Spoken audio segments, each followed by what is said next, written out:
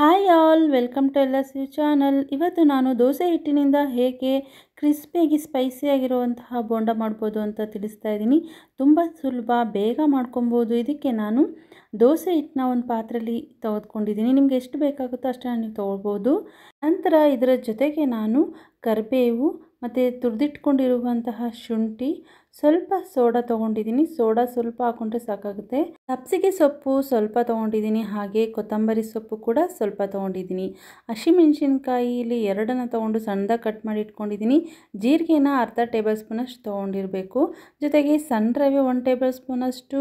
ಇದ್ರ ಜೊತೆಗೆ ನಾನಿಲ್ಲಿ 2 ಟೇಬಲ್ ಸ್ಪೂನಷ್ಟು ಕಡಲೆ ಹಿಟ್ಟು ತೊಗೊಂಡಿದ್ದೀನಿ ಮತ್ತು ಸಣ್ಣದಾಗಿ ಕಟ್ ಮಾಡಿ ಇಟ್ಕೊಂಡಿರೋ 2 ಈರುಳ್ಳಿನ ತೊಗೊಂಡಿದ್ದೀನಿ. ಈಗ ದೋಸೆ ಹಿಟ್ಟಿಗೆ ನಾನು ಇದಕ್ಕೆ ತುರಿದಿರುವಂಥ ಶುಂಠಿ, ಕೊತ್ತಂಬರಿ ಸೊಪ್ಪು ಮತ್ತು ಸಬ್ಸಿಗೆ ಸೊಪ್ಪು ಹಾಗೆ ಸ್ವಲ್ಪ ಜೀರಿಗೆನ ಹಾಕ್ಕೊತಾ ಇದ್ದೀನಿ. ಆಲ್ರೆಡಿ ದೋಸೆ ಹಿಟ್ಟಿಗೆ ಸಾಲ್ಟ್ ಹಾಕಿರೋದ್ರಿಂದ ದಯವಿಟ್ಟು ಸಾಲ್ಟ್ನ ಚೆಕ್ ಮಾಡಿ ನಂತರ ನೀವು ಎಕ್ಸ್ಟ್ರಾ ಬೇಕಂದರೆ ಸೇರಿಸ್ಕೊಬೋದು. ಸಣ್ಣದಾಗಿ ಕಟ್ ಮಾಡಿಟ್ಟಿರುವಂಥ ಈರುಳ್ಳಿನ ಸೇರಿಸಿ ಹಾಕ್ಕೊಂಡು ಮಿಕ್ಸ್ ಮಾಡ್ಕೊತಾ ಇದ್ದೀನಿ. ಈ ಚಿರೋಟಿ ರವೆ ಅಥವಾ ಈ ಕಡಲೆ ಹಿಟ್ಟನ್ನು ಹಾಕೋ ಉದ್ದೇಶ ಏನಂತಂದರೆ ಸ್ವಲ್ಪ ಕ್ರಿಸ್ಪಿ ಬರೋದ್ರ ಜೊತೆಗೆ ನಿಮಗೆ ಸಂಪಣ ಇರುತ್ತೆ ಅಲ್ವಾ, ದೋಸೆ ಹಿಟ್ಟು ಸ್ವಲ್ಪ ಗಟ್ಟಿ ಆಗಲಿ ಅನ್ನೋದಕ್ಕೋಸ್ಕರ ಇಲ್ಲಿ ಹಾಕ್ತಾ ಇರೋದು. ಸ್ವಲ್ಪ ಮೈದಾ ಹಿಟ್ಟನ್ನು ಕೂಡ ನಾನಿಲ್ಲಿ 1 ಟೇಬಲ್ ಸ್ಪೂನಷ್ಟು ಸೇರಿಸ್ಕೊಂಡು ಎಲ್ಲನೂ ಕೂಡ ಚೆನ್ನಾಗಿ ಮಿಕ್ಸ್ ಮಾಡ್ಕೊತಾ ಇದ್ದೀನಿ. ಬೇಕಂದರೆ ಸಾಲ್ಟ್ ನೀವು ಇವಾಗ ಒಂದು ಅರ್ಧ ಟೇಬಲ್ ಸ್ಪೂನಷ್ಟು ಮಿಕ್ಸ್ ಮಾಡ್ಕೊಬೇಕಾಗತ್ತೆ. ಇಲ್ಲ ದೋಸೆ ಬ್ಯಾಟರ್ಲ್ಲ ಹಾಕಿದ್ದೀವಿ ಬೇಡ ಅಂತ ಹಾಗೆ ಮಾಡಿದ್ರೆ ಸ್ವಲ್ಪ ನಿಮಗೆ ತಿನ್ನುವಾಗ ಸಾಲ್ಟ್ ಕಡಿಮೆನೇ ಆಗಿರುತ್ತೆ. ಸೊ ಅದರಿಂದ ನೀವು ಸಾಲ್ಟನ್ನ ಚೆಕ್ ಮಾಡಿ ಹಾಕ್ಕೊಳ್ಳಿ. ನಾನು ಮೈದಾ ಹಿಟ್ಟನ್ನ ಇನ್ನೊಂದು ಸ್ವಲ್ಪ ಎಕ್ಸ್ಟ್ರಾ ಸೇರಿಸ್ಕೊತಾ ಇದ್ದೀನಿ. ತೆಳು ಇದ್ದರೆ ಬ್ಯಾಟರು ನೀವು ಇದನ್ನು ಸೇರಿಸ್ಕೊಬೇಕಾಗುತ್ತೆ.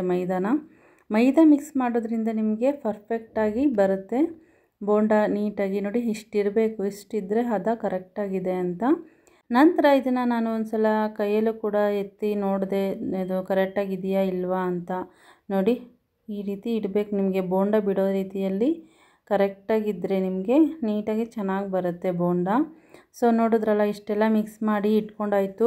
ಈಗ ನಂತರ ಎಣ್ಣೆ ಕಾದ ನಂತರ ಇದಕ್ಕೆ ನಾನು ಮಿಕ್ಸ್ ಮಾಡಿರೋಂಥ ಮಿಶ್ರಣನ ಬೋಂಡ ರೀತಿಯಲ್ಲಿ ಹಾಕೋತಾ ಇದ್ದೀನಿ.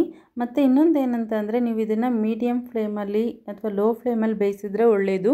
ಇಲ್ಲಾಂದರೆ ಮೇಲೆ ಬೆಂದಿರುತ್ತೆ, ಒಳಗಡೆ ಹಾಗೇ ಇರುತ್ತೆ. ಸೊ ಅದರಿಂದ ಸ್ವಲ್ಪ ಹೊತ್ತು ಇಟ್ಟು ನಂತರ ನೀವು ಏನಾದರೂ ಎಣ್ಣೆಲಿ ಕರಿಯೋಕ್ಕೆ ಹೋದರೆ ತುಂಬಾ ಚೆನ್ನಾಗಿ ಹೊಂದ್ಕೊಂಡಿರುತ್ತೆ. ಸ್ವಲ್ಪ ಎಣ್ಣೆ ಕುಡಿಯೋ ಚಾನ್ಸಸ್ ಇರೋದ್ರಿಂದ ನೀವು ಮಿಕ್ಸ್ ಮಾಡಿದ ಕೂಡಲೇ ನೀವು ಎಣ್ಣೆಲಿ ಡೀಪ್ ಫ್ರೈ ಮಾಡ್ಕೊಂಬಿಡ್ಬೇಕಾಗುತ್ತೆ. ನೋಡಿ ಎಷ್ಟು ಚೆನ್ನಾಗಿ ಎಲ್ಲ ಬೇಯ್ತಾ ಇದೆ ಅಂತ.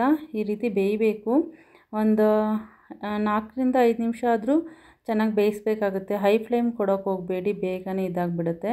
ಸೊ ಸ್ವಲ್ಪ ಲೋ ಫ್ಲೇಮಲ್ಲೇ ನೀವು ಈ ಥರ ಬೇಯಿಸ್ಕೊಬೇಕಾಗತ್ತೆ. ನೋಡಿದ್ರಾ ಎಷ್ಟು ಚೆನ್ನಾಗಿ ಕಾಣಿಸ್ತಾ ಇದೆ ಅಲ್ವಾ. ಸಬ್ಸಿಗೆ ಸೊಪ್ಪು ಹಾಕಿರೋದ್ರಿಂದ ತುಂಬಾ ರುಚಿಯಾಗಿತ್ತು. ನೀವು ಕೂಡ ಈ ರೀತಿಯಲ್ಲೇ ಒಂದು ಸಲ ಟ್ರೈ ಮಾಡಬೇಕು. ಇದರಲ್ಲಿ ಇನ್ನೂ ಕೂಡ ರೆಸಿಪಿಗಳನ್ನ ನಾನು ನೆಕ್ಸ್ಟ್ ವಿಡಿಯೋಗಳಲ್ಲಿ ತೋರಿಸ್ತೀನಿ. ಇನ್ನೂ ನನ್ನ ಚಾನಲನ್ನು ಸಬ್ಸ್ಕ್ರೈಬ್ ಮಾಡ್ಕೊಂಡಿಲ್ಲ ಅಂದರೆ ಸಬ್ಸ್ಕ್ರೈಬ್ ಮಾಡ್ಕೊಂಡು ನೋಡಿ, ಹಾಗೆ ಲೈಕ್ ಕೊಡೋದನ್ನ ಮರಿಬೇಡಿ. ಈಗ ನಾನೆಲ್ಲನೂ ಕೂಡ ತೆಗೆದಿಟ್ಕೊಳ್ತಾ ಇದ್ದೀನಿ. ನೋಡಿದ್ರಲ್ವಾ ಎಷ್ಟು ಚೆನ್ನಾಗಿ ಕಲರ್ ಬಂದಿದೆ ಅಂತ. ಬಿಸಿ ಬಿಸಿಯಾಗಿರುವಂತಹ ದೋಸೆ ಹಿಟ್ಟಿನಿಂದ ಮಾಡಿರುವಂಥ ಬೋಂಡ ರೆಡಿಯಾಗಿದೆ. ನೀವು ಕೂಡ ಟ್ರೈ ಮಾಡಿ, ಹಾಗೆ ಲೈಕ್ ಕೊಡೋದನ್ನ ಮರಿಬೇಡಿ. Thank you all.